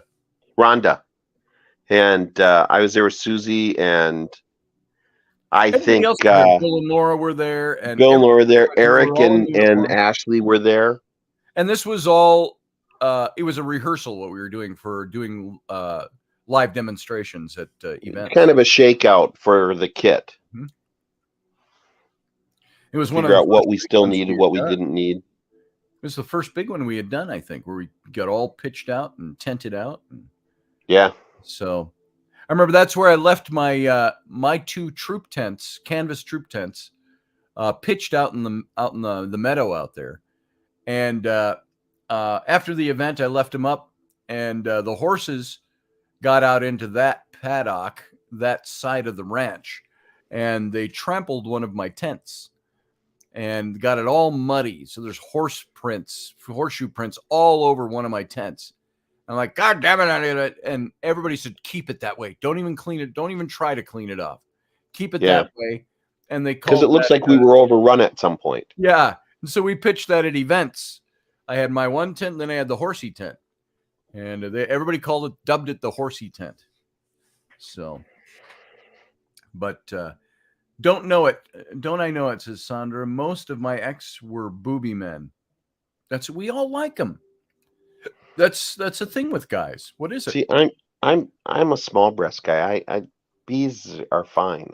I'm not a big breast guy, like as in that doesn't. I see pictures they pass off across your Instagram all the time. So and so wants to friend you. Oh, who? It's like, oh my God, how do you walk with those? 2 bald guys and a woman behind him. Yeah. And so I, but it's like my wife's breasts, love them. Wendy's breasts, love them. I love that look, that size, that feel. But the small breasts, I love those too because I'm a guy. I'm a guy. And so even with the ones with the big mondo oversized, pardon me if you have those kinds, not to be insulting, all guys are like, not my preference, but I'd still, I'd tap that for fun. And it's the eyes that catch me usually. It's the visual. And because guys are captured by the visual. I think that's why God made women the way he did, because he knew that that would capture our attention. We like boobs. Rowan, if you're still watching, just disregard. Oh, yeah. I'm not talking about your mom. I thought Raini had great boobs before I even knew her. And I was like, yes. I could hear her at the sleepover. Ew. Oh, God. Oh, gross. Oh, my dad's talking about my mom's boobs. Yeah, Raini, just last night, they're getting ready to go to bed and she flashes me in the living room. And I'm like, oh, yes, thank you. Meet you downstairs. And Ellery's sitting there in her goth makeup, which she tried last night. And she looks at it. She just goes, gross. Gross. Ellery makes me laugh so much. She does. She's very cool. She's got this sort of dry wit to her. She does. Hey, Ellery! I don't hear her. She must be back in her room. Oh. She's coming. I'm coming. So we'll sing her praises a little bit. Come here. Have a wonderful Sunday, everyone, says Susie Q. Much love to you all. Same to you, Susie Q. Hey, Susie Q. So. Boobiths, cuppiths. You guys still have snow? Has it warmed up there? It all melted off the end of the driveway yesterday. So yeah, it's supposed to be near 50 today. We got like 8 inches. Supposedly. Let's find out. Hey, Siri, what's the weather report for today? Oh, it didn't hear me. Hey, Siri, what's the weather report for today? Looks like it will be partly cloudy today. And the high temperature is going to be 48. So just shy, which means it'll be 60 out on my driveway. There you go. Ellie Belly, you look so beautiful. You are very beautiful. We were singing your praises. We were talking about how cool you were. And how funny you are. Hey, tell everybody what you won yesterday. What happened yesterday? What'd you win? Oh, you're taking the emo thing to the limit. Are you going to go get your trophy? Bring your trophy down. She won first place in the Scouts Pinewood Derby. Pinewood Derby? Pinewood Derby. Yep, I saw that. Awesome. You notice that? She's not just doing the makeup. She's playing the part. God. Yeah. No. Yeah. You don't want to show us? No. Why not? No. She's going to be your little better actress. Not be a phase field guy. It's a day. I'm goth today. I'm emo, she said. Yeah. And so she's going to be your actress. Yeah, she will. Rowan's going to be your jock. She's going to be your actress. Flynn will be the scientist. Yep. They're testing him for gifted stuff at school. Oh, he's brilliant. Well, I thought, I hope they're not just telling him that and they're testing him to see if he's up to par. Because he hates school. No, because they want kids to be par. That's the modern day education thing. Dumb all the kids down to par. Well, we're talking about putting him in a different class for gifted kids. He said, so they got to test him first. And I'm like, I haven't heard of that one. Nope, that's good. That's good. Yeah. Well, but let's. What's his number one hobby? Hey, Fossils. Joe Sapiens. He likes fossils. Dumb kids do not collect fossils. No, his room is full of little cabinets. Dumb kids collect rocks. This is a rock I got off the driveway. I found it in the driveway, and it's like quartz or something. I could hang that around my neck, right? With a piece of duct tape. But Flynn's like, and I don't know the terms, but he's like, he'll hold up this thing and is like, this is such and such from the Cretaceous period or whatever. Water match from the pre-Cretaceous. And yeah, I don't get it. But it's cool. He's got all that stuff. Yeah, freaking brilliant. We found great gifts for them at a garage sale in the fall. And this guy, just an old guy in his garage, he had a bunch of big rocks and they were cracked open and they had fossils in them. So we chose, he said, oh, you can have any one of those for $1 a piece. So we bought them all and gave a bunch of them to Flynn. And then Ellery's like, why don't I get one? Well, you got one. Here's one for you. I said, to go with your fossil collection, right? No, she just had to have what the other kid had. But, yeah. So Joe from Wayne's. Oh, Wayne's. I haven't seen Wayne for a long time. Grimmer? No, Wayne. Why am I blanking on his last name? He does a YouTube. I haven't talked to him. Wayne's World. Wayne's World. Wrong Wayne. Oh, okay. Very in-depth spiritual stuff. And so, but yeah, it was cool. And Flynn's cool too. I like his stuff. I like what he does. Yeah, Field Guy, this will not be an emo phase. I will wipe that out before it even starts if it ever leaned in that direction. She's just playing emo now. That's what she's doing down here. She plays the part. I'll show you my makeup. I'm coming down. I'm coming down. Gets down in front of the camera. Nice makeup.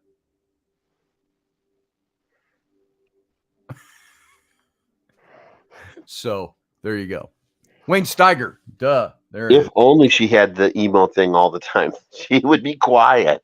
Yeah. People could get sleep. Now, does Wayne Steiger still do other shows other than Sunday mornings? I know he did a Sunday morning show. Is he periodic or is he on a regular schedule? I don't know anymore. I got to go check him out again. So, I'm not sure who Wayne Steiger is. Joe Sabian said, I just had an idea. If I were your kid, Scotty, I'd make a junkyard style crown with those rocks. Hell yeah. Junkyard style. I'm the king. I can't do buck teeth because I ain't got any. I used to my kids because I got this one snaggle tooth. Which that? That one?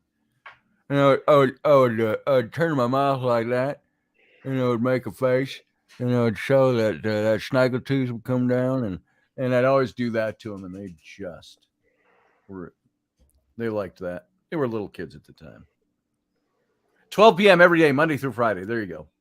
12 p.m. as in noon, Grumpy? Yeah, that's what 12 p.m. is. I know, but some people go 12 p.m. and they mean 12 at night. I'm saying he does well, that would be 12 a.m. So he does I know. I just wondered if Grumpy knew. So 12 noon every day. Grumpy Stack's laughing. Says Grumpy Stack, not Stupid Stack. Of course he knows. Knows what? Whether it's 12 a.m. or 12 p.m. But did we know that he knows? But we don't know he knows. He's from down in Louisiana. He talked like this, you know. I don't stereotype my friends. 12 o'clock I don't at night. stereotype my friends, PM, so I assume he knows. 12 o'clock at night is p.m., right? No, 11:59 is p.m. 12 is a.m. Same for the noon, the other way around. It's confusing to some people from Louisiana. It's confusing to some people from St. Paul. Buy Grumpy Stack tires. Thanks. Not a sponsor. I'll send you your bill for being my a sponsor. Not a sponsor. That's it. I'm from the Nerd East of the state. Nerd East, huh? Yep. Up here we say Northeast, but that's fine. It's actually called, there's a part of Minneapolis called Northeast. Northeast, yep. It's where our lodge We used to was say, before we moved. what's the longest bridge in the world? And we'd say it's the Lowry Avenue Bridge in Minneapolis. It connects Africa with Poland.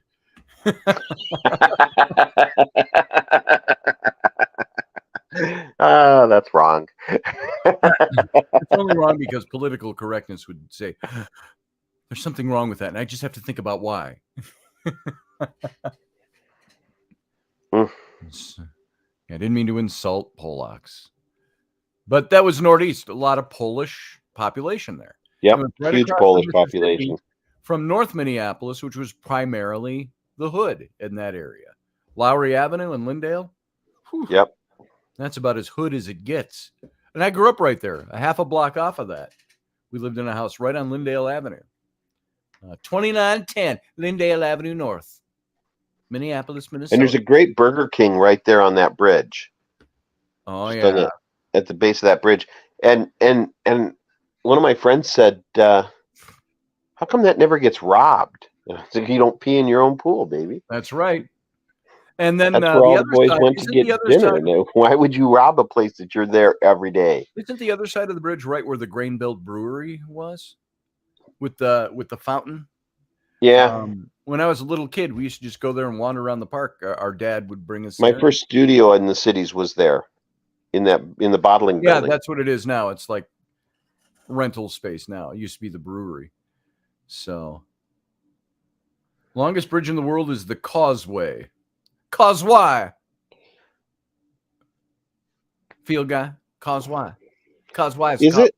Is it? Because I think there's one over in Asia that's longer now. Well, I don't know.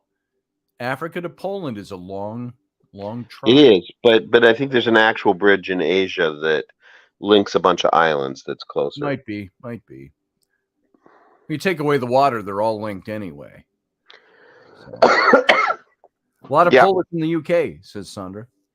Yeah, that's where you went if you wanted to, and they all looked like that whole neighborhood in Northeast reminds me of Archie Bunker's house from All in the Family. All the houses looked that way. And, it was all, your workers, mechanics, factory workers, and all that all lived over there. It was a nice part of town. They had great sausage places to go. You buy the butcher shops over there. And so that was a great place to go. And it was a nice place to be. So the crime was up really high on the North Minneapolis side, and it was really low across the bridge over on the Northeast side. So baseball bats and shotguns. Yes. And so Northeast, that was a big thing when I was in high school. They talked about I thought, what does that say? N-O-R-D? Oh, Northeast. They call it Northeast because that's how everybody talked over there. They were all kind of Northeast. Yeah. You mix a little bit of what sounds like Bronx, but not really, with Minnesotan. You got that Minnesotan, don't you know, like from the Bronx, and you got Northeast. That's the way they go.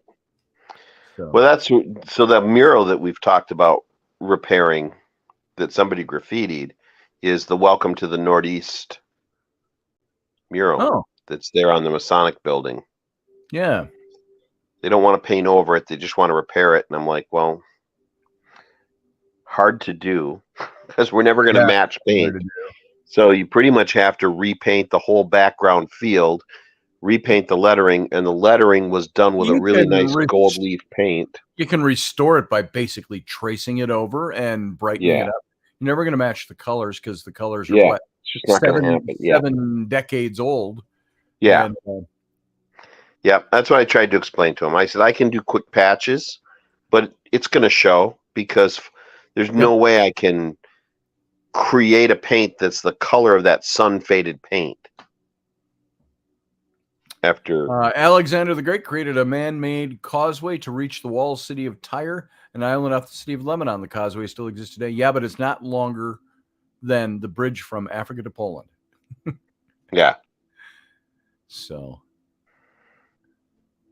Elderberry is here. Did somebody not wake you up this morning, Elderberry? The hell, Elderberry? You're just coming in. Do you know what time it is? It's I didn't get my 10:39. wake-up call this morning. What are you doing? Just coming in when I we're almost called you because less it was than like 20 I'm minutes like from being he over. should the 9 o'clock alarm's gone off and Scotty hasn't started talking. I should really call him. Yeah. Well, I was sitting right here. I was just 3 minutes late. I was doing something. I can't It's remember okay. what I was doing. I was prepping those pictures to show you of Patriot propaganda. So I had a pseudo showing of art last Thursday. We had all the different artists bring all their stuff into Lodge and then sort of explain themselves. nice. So That could have been I had a exciting. lot of stuff that's in the works right now. I've got I think I've got 9 paintings I'm working on right now. But I had everything except a blank canvas there and a finished piece there. And then I just kind of said, so here's the process, because oils are layers and layers and layers. It's like an onion. And I went through the process of how you do an oil painting. Wait.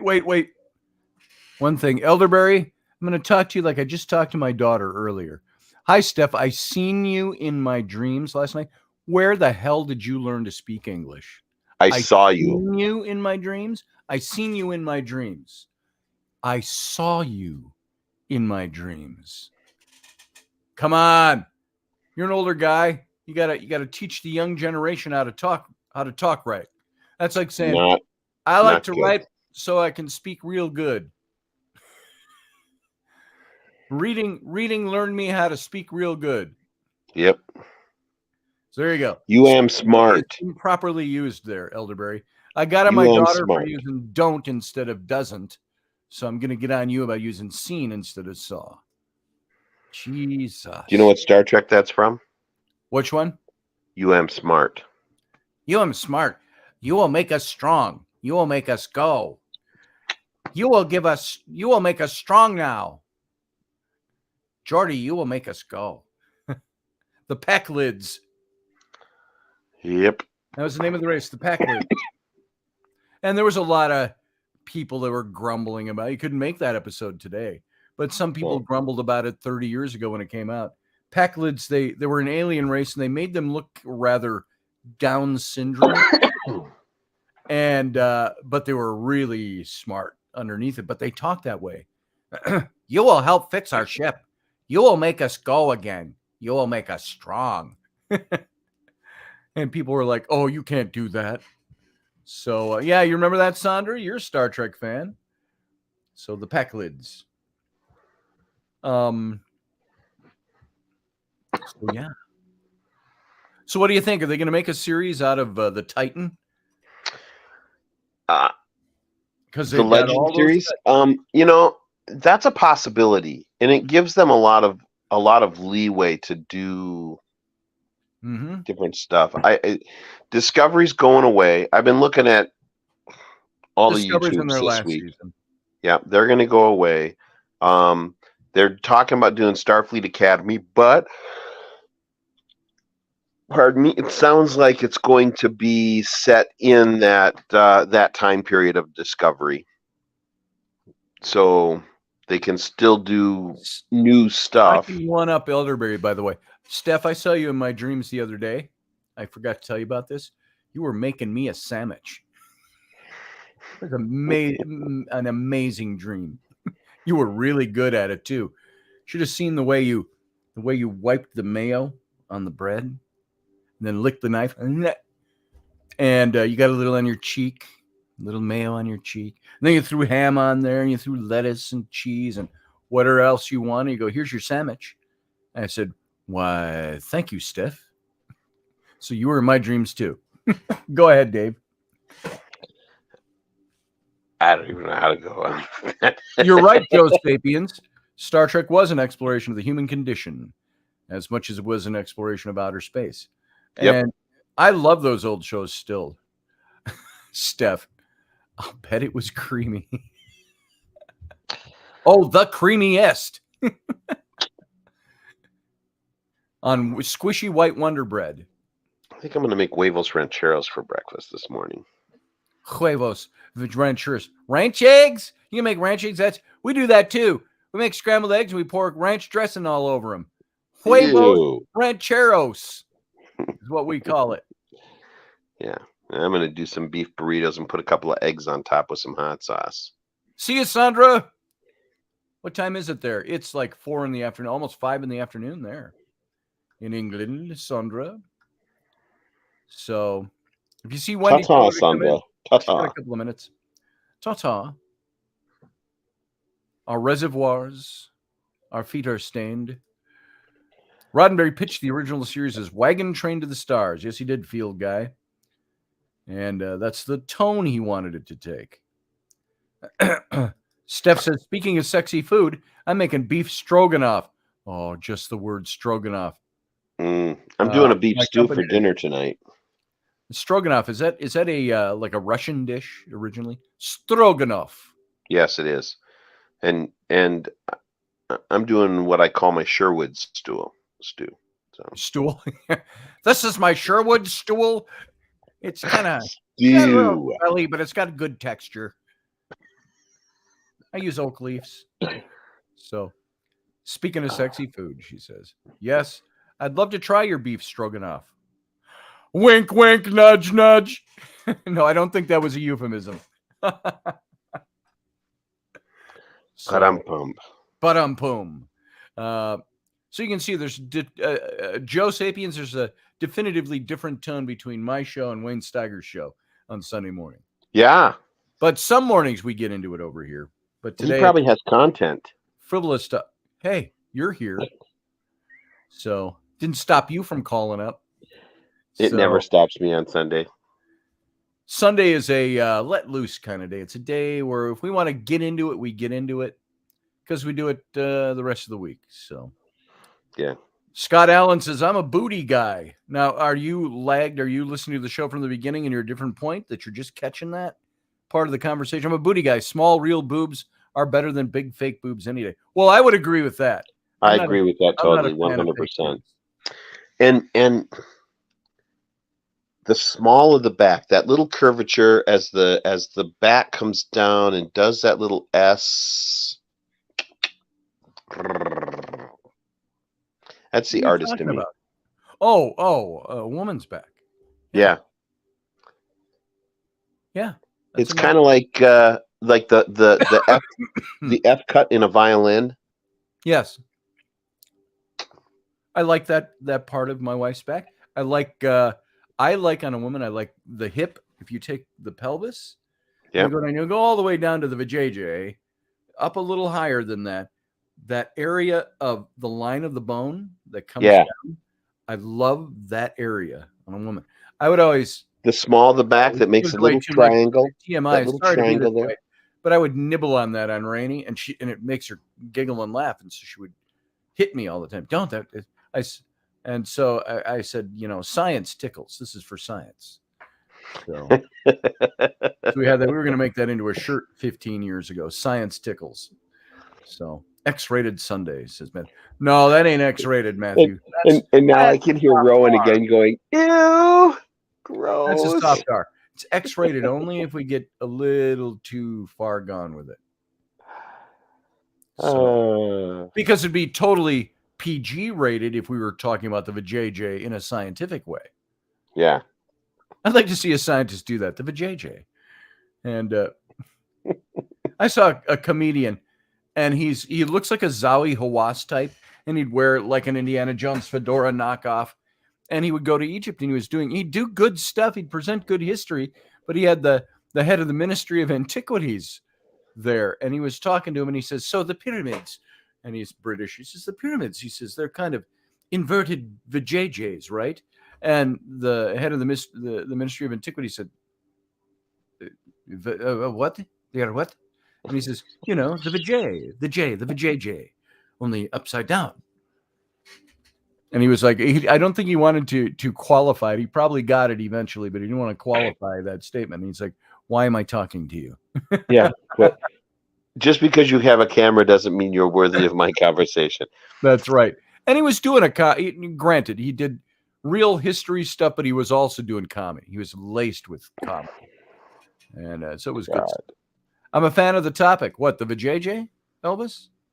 Or beef stroganoff? Or Stark? Thank you very much. Thank you very much. Booty shaking from a woman. Oh, here's Field Guy. Wisdom from Field Guy. Booty shaking from a woman is their way of saying hello, and my response is smacking it. Oh, my goodness.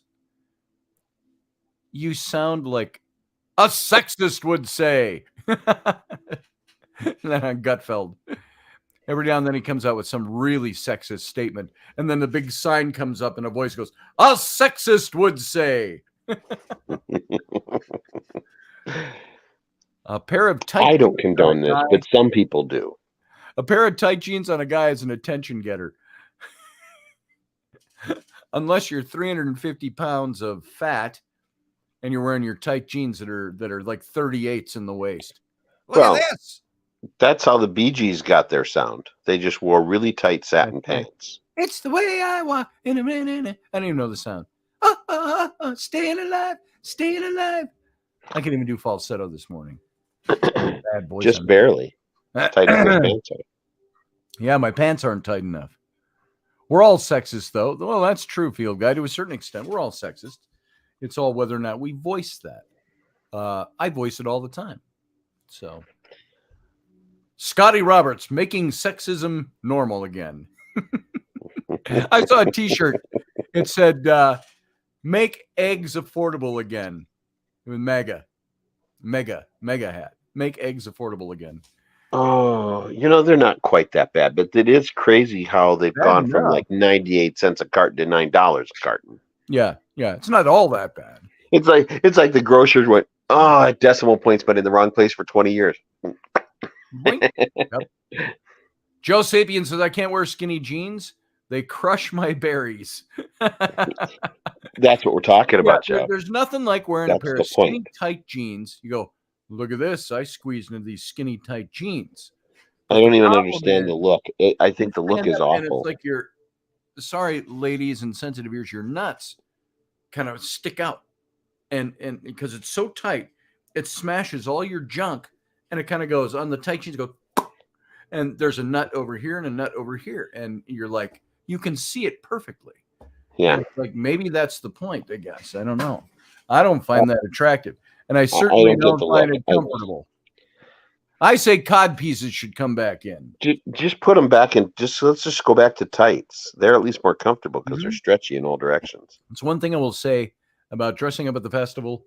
I'd have this ornate leather doublet and all the danglies on it and strings and all of this and gold. And then I'd wear black tights with big black leather bucket boots. And those black tights, though, were probably the most comfortable pair of pants I ever had. And they had the functional codpiece, which we talked about a few weeks ago, where all the junk just goes out and into the pocket. And it ties on. It's decorative. And it's comfortable. That makes them smoother then. So, Steph, that makes them a smoothie then. Smoothies are good for you and delish. There it is. Hey, Stuart Foley, good morning. You walked in at the wrong time. We're doing naughty talk, which isn't usual. We don't usually do that here. I like my party colored tights, but they make weird patterns on your legs when you take them off at night, Field Guy. You have all those seams in there. Dude, you're giving us all. You can tell Field Guy is a 40-year-old virgin because he says things like bras belong on the floor or the bedpost. Yeah.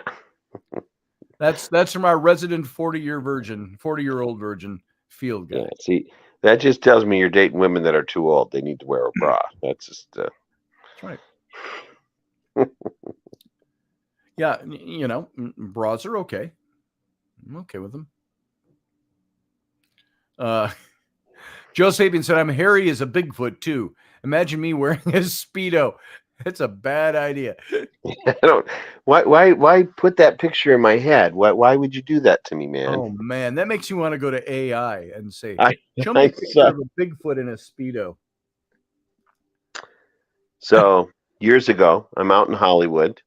I have cash on hand because I'm not dating anyone at the time. So I contact a friend of mine from festival back here, and I say, you want to fly out for the weekend? I'll pay for it, and you can spend the weekend in Hollywood. We'll go to Disneyland. We'll drive up the coast. And so we're sleeping in my camper on the shores of Malibu Beach, which found out afterwards that the next morning we're not supposed to do that. But we're laying in bed and she goes, "Oh, it's hot. You should take your sweatshirt off." I'm not wearing a shirt, baby. She's like, That's "Oh, no sweater. That's all me. That fur be natural."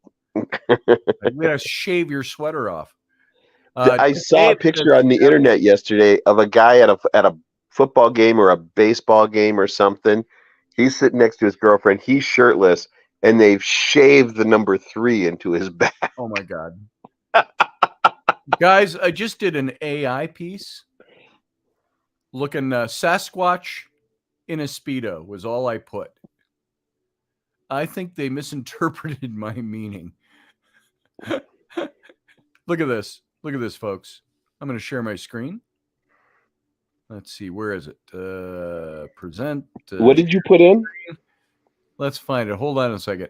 I got to find my... just share tab. Audio. It's not in a tab, guys. It's a different... Just share my screen. Entire screen. There we go. All right. Entire screen. Share. All right. I'm going to take you over to this thing over here. Look at that. Woo! That'll make you dizzy. Here you go. Here's what I got for Sasquatch in a Speedo. It looks like they shaved his whole body, except the one on the upper right. He's got a furry Speedo. There you go. That was for you, Steph. That's a Sasquatch in a Speedo. Yeah, baby. All right. Let me stop sharing my screen now. Stop screen. There we go. What did she say? Oh, I wonder if a pic of someone I know came up in that search. So he's full hair, except he's full hair, she said. I am probably the most hairless man I know. And now I'm going bald. So been going bald. Got a little hair on my face. I used to have hair here too. I got a couple little strands right there on my chest, and that's it. Or you get them in a weird place. It's like I have one big long hair, and it's like, where did that come? I've never seen that before. Now it's like 3 inches long. It's hanging out of my nipple. It's like it's growing on the side of my nipple. It's like, would that grow overnight? I had one literally on my earlobe. This is back when I was dating Susie. Woke up in the morning. She's like, "What the hell?" And she took a hold of it and she tugged it. And I'm like, whoa, what are you doing? And I had to go and look in the mirror. And there was like a 3 or 4 inch hair growing out of my earlobe that I'd never seen before. Wasn't there yesterday. Yeah. It's like, how did that grow overnight like that? Same thing, man. My eyebrows are starting to do that. I have to shave back my eyebrows all the time because they're getting really like white on the edges, so you can't see them. So I'm getting like Spock eyebrows. Yeah. And, so what happened? Long, and so I got to clip them. Back when I was in high school, I was in a show where I wore fake eyebrows, and when they pulled the liquid latex out, they plucked a whole bunch of the hair on the outer edge. And so like when you get up close, there's virtually no eyebrow left. I just have these short little stubs right up here. Well, when we were at festival, the year I did Taming of the Shrew with Amanda, that year I was trimming back my eyebrows. They weren't as bad as they are now. Like you do. And I got the little thing, and I got one of them, and I set it down, and I knocked off the attachment. And I picked it back up and did the other one. And I had no eyebrow.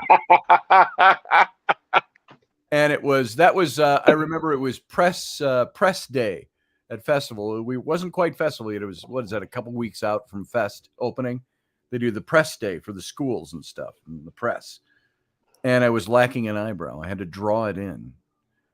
So Amanda drew it in for me. I'm like, well, okay, that'll do it, I think. Elvis is 85 and still wears tights. So let's see. I wonder if a pic of someone I know, except he's so he does his karate kicks. I mean, the one on the shoulders. The one on the shoulders. No, That's where Rainey's legs go. No, I'm kidding. Oh, see, I digress. I went all sexual again.